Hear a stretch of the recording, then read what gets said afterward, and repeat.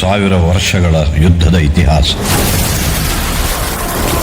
ಅದರಲ್ಲಿ ಕದನಗಳೆಷ್ಟೋ ನಡೆದಿವೆ, ಎಷ್ಟೋ ನೆತ್ತರ ಹರಿದಿದೆ. ಆದರೆ ನಮ್ಮ ನೆನಪಲ್ಲಿ ಉಳಿಯೋದು ಇಬ್ಬರೇ.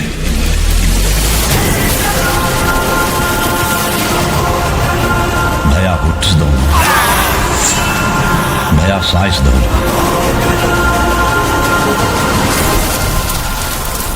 ಇವನು ಅವೆರಡನ್ನೂ ಮಾಡಿದ್ದ.